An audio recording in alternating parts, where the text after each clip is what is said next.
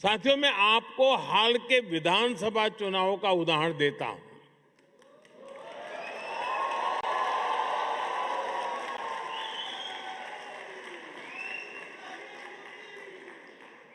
असम, बंगाल,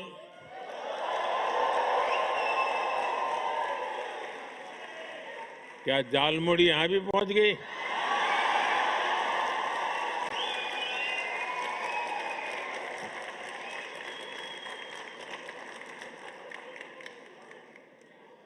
असम, बंगाल, केरलम, तमिलनाडु और पुडुचेरी में इस बार 80 से 90% तक वोटिंग हुई और इसमें भी विमेन पार्टिसिपेशन बहुत ज्यादा बढ़ी है और ये हर राज्य का ट्रेंड है।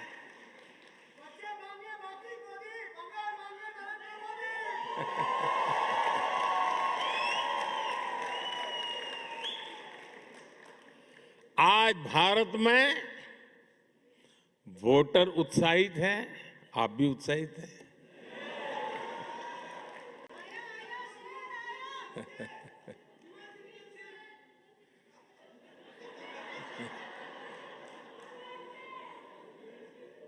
साथियों, हमें गर्व होता है हर साल वोटिंग के रिकॉर्ड टूट रहे हैं।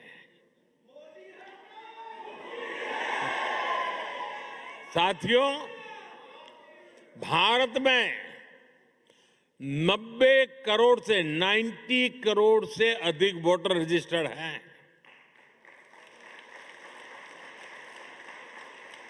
दो 2024 के लोकसभा चुनाव में 64 करोड़ लोगों ने वोट डाला, यानी यूरोपियन यूनियन की टोटल पॉपुलेशन से भी ज्यादा भारतीयों ने वोटिंग की।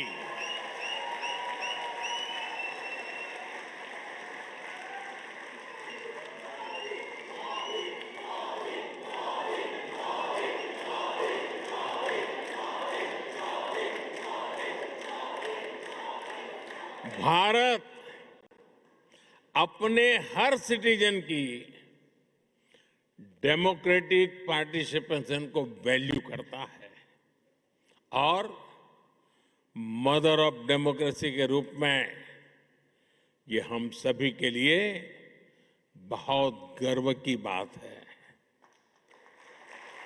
साथियों,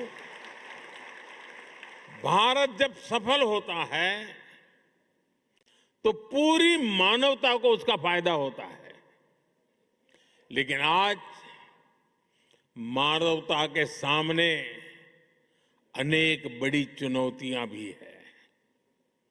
आज की दुनिया किस तरह नई नई चुनौतियों से जूझ रही है।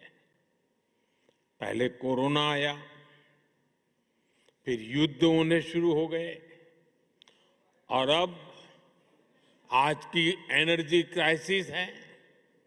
ये दशक दुनिया के लिए आपदाओं का दशक बन रहा है। हम सभी देख रहे हैं, अगर ये स्थितियां तेजी से नहीं बदली गई तो बीते अनेक दशकों की उपलब्धियों पर पानी फिर जाएगा। दुनिया की बहुत बड़ी आबादी फिर से गरीबी के दलदल में चली जाएगी। साथियों, ऐसी वैश्विक परिस्थितियों में आज दुनिया रेजिलिएंट सप्लाई चेन की बात कर रही है और तब भारत और नीदरलैंड मिलकर एक ट्रस्टेड, ट्रांसपेरेंट और फ्यूचर रेडी सप्लाई चेन बनाने में जुटे हैं।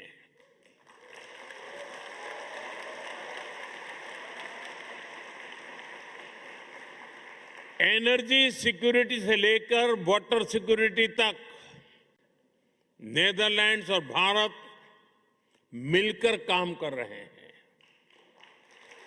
ग्रीन हाइड्रोजन को लेकर हमारा कोऑपरेशन बहुत महत्वपूर्ण है और भारत और यूरोपियन यूनियन के बीच जो ऐतिहासिक ट्रेड एग्रीमेंट हुआ है, इससे भारत और नीदरलैंड की साझेदारी और मजबूत होगी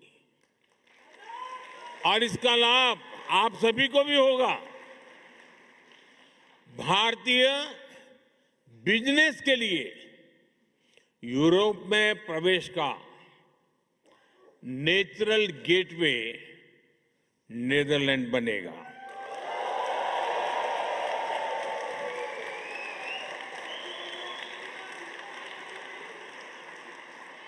और इस जर्नी में हमारा डायस्पोरा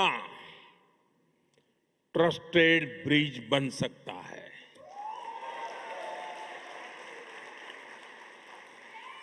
और मैं इसलिए कहता हूं कि डायस्पोरा इंडिया की एम्बिशन को भी समझता है और यूरोप के स्टैंडर्ड्स को भी जानता है। इससे यहां बसे भारतीयों को भी भारत के हाई क्वालिटी प्रोडक्ट्स के अधिक अवसर मिलेंगे। साथियों, नीदरलैंड ट्यूलिप की धरती है और यहां के खूबसूरत ट्यूलिप्स को देखने के लिए दुनिया भर के लोग यहां आते हैं।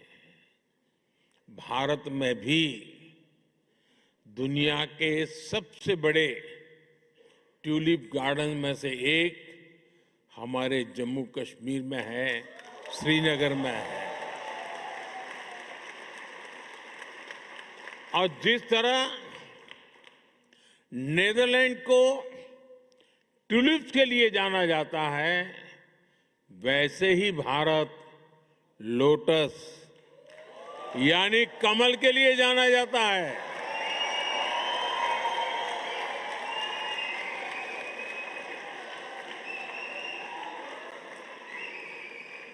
साथियों, ट्यूलिप और कमल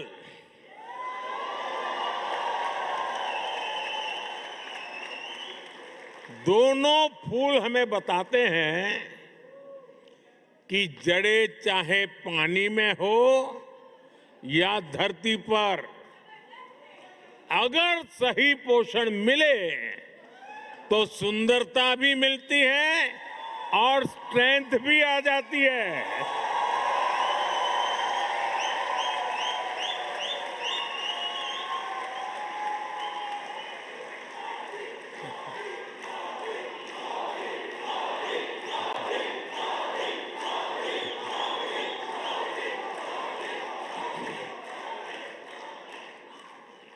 यही भारत और नीदरलैंड के बीच पार्टनरशिप का भी आधार है।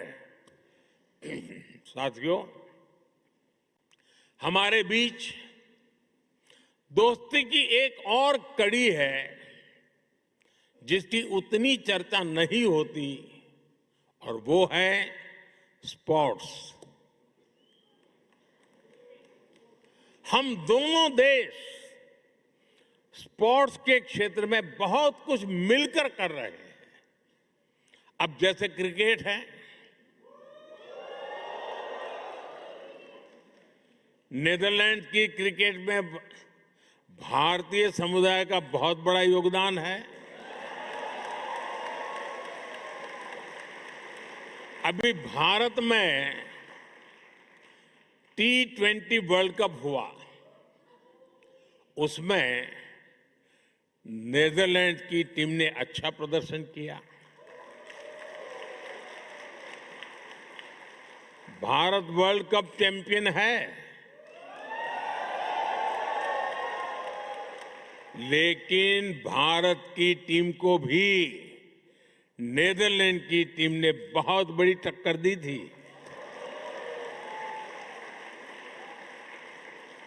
जब हम तेजा निदामनुरू और विक्रमजीत सिंह को नीदरलैंड की जर्सी में देखते हैं, या फिर जब आर्यन दत्त जैसे युवा खिलाड़ी